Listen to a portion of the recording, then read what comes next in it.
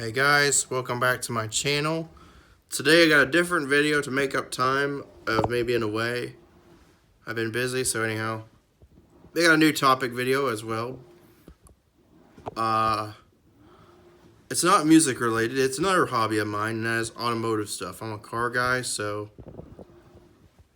today we're going to be looking at one of my favorite car companies, especially in the classic car company history, and looking at their history. And that, my friends, is the Hudson Motor Company. As you can tell, I only have 3 diecasts. Well, 2 diecasts and a model in the center there. But why not give a little history lesson on Hudson while we go through these 3? It all started in the early 1900s when, I guess, some guy named with the last name Hudson had a hardware store, but then helped two guys start a car company, and with that success, they named the company after him. Hudson was born.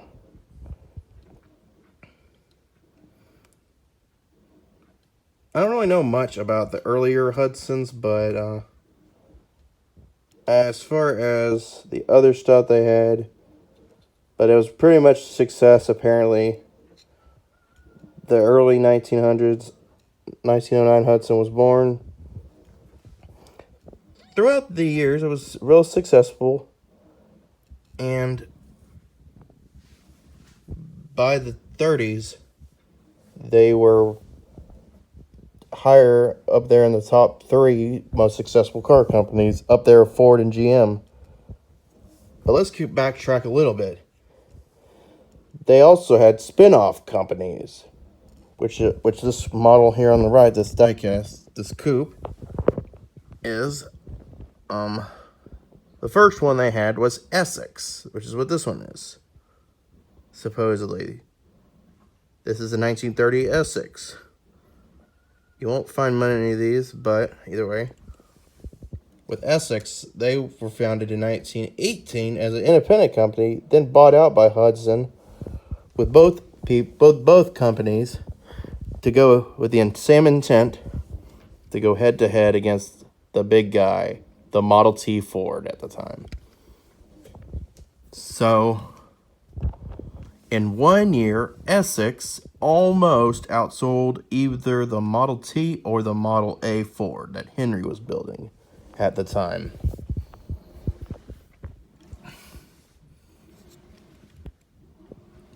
But then came some bad news in the late 20s and early 30s.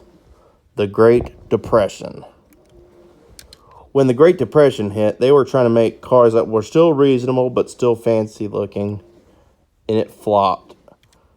In 32, they introduced, with the not-so-success of the 32 Essex Super 6, which they also had in the Hudson Company, Super 6, with the not-success of the Essex Super 6 1932, they introduced the Hudson Essex Terraplane in 1932.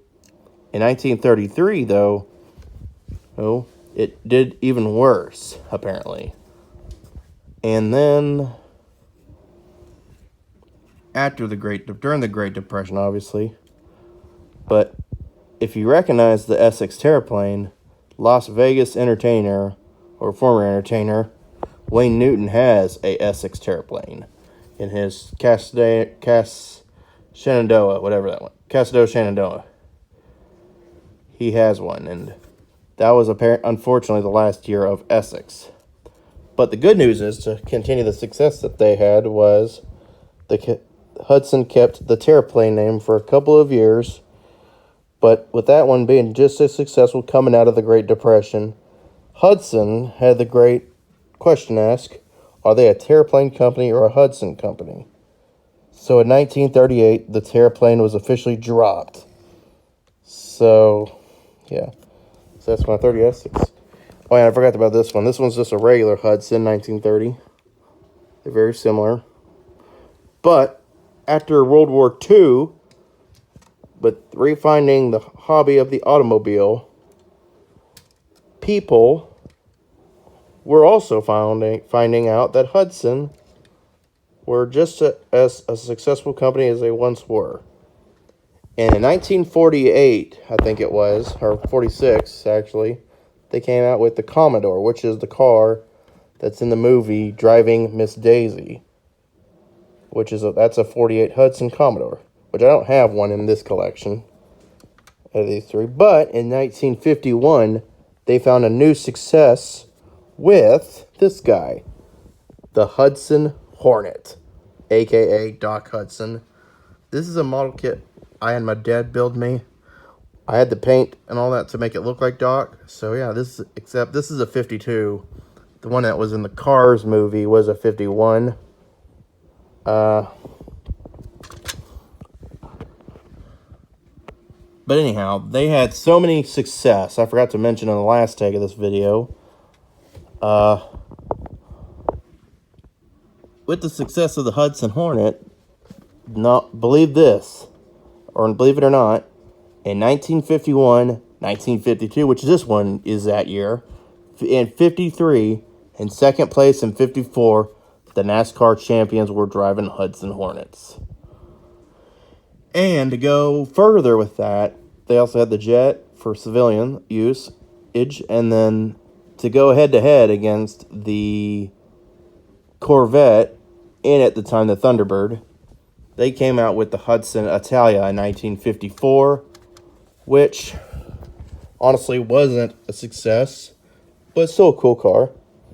I don't have one because it's so rare. Let's just say twice as many Tucker 48s were sold as there were Hudson Italias. And then in 1954, they were no longer an independent company. Hudson teamed up with none other than another company, Nash, the company behind the Metropolitan. And they formed a company that not many people like, but also like at the same time. That was AMC. Not to get confused with the theater, but the car company. They formed AMC together.